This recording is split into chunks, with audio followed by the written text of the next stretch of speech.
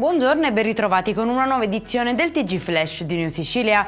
In apertura tragedia a Messina, dove un 78enne è deceduto dopo essere stato avvolto dalle fiamme mentre cucinava nella propria abitazione. L'uomo, con difficoltà motorie, non è riuscito a mettersi in salvo. A dare l'allarme sono stati due vicini che hanno tentato invano di soccorrerlo.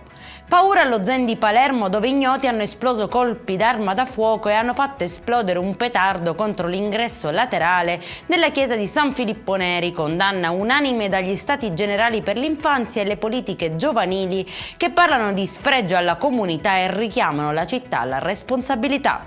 Continuano i controlli dei carabinieri contro la detenzione e la vendita abusiva di fuochi d'artificio. Nel quartiere Enesima di Catania una 28enne è stata denunciata dopo che nel suo appartamento sono stati trovati 220 kg di botti illegali, di cui 29 kg di esplosivo netto.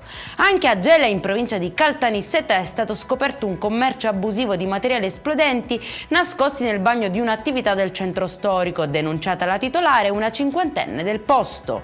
E in chiusura è stata proposta a Catania l'istituzione di un delegato del sindaco per la vita notturna e di una commissione speciale sulla movida. L'obiettivo è migliorare sicurezza, convivenza e qualità dei servizi nelle aree più frequentate, favorendo il dialogo tra amministrazione, residenti ed esercenti. Il modello si ispira alle esperienze già attive in diverse città europee. Per questa edizione è tutto, prossimo appuntamento alle 19:30. Buona giornata.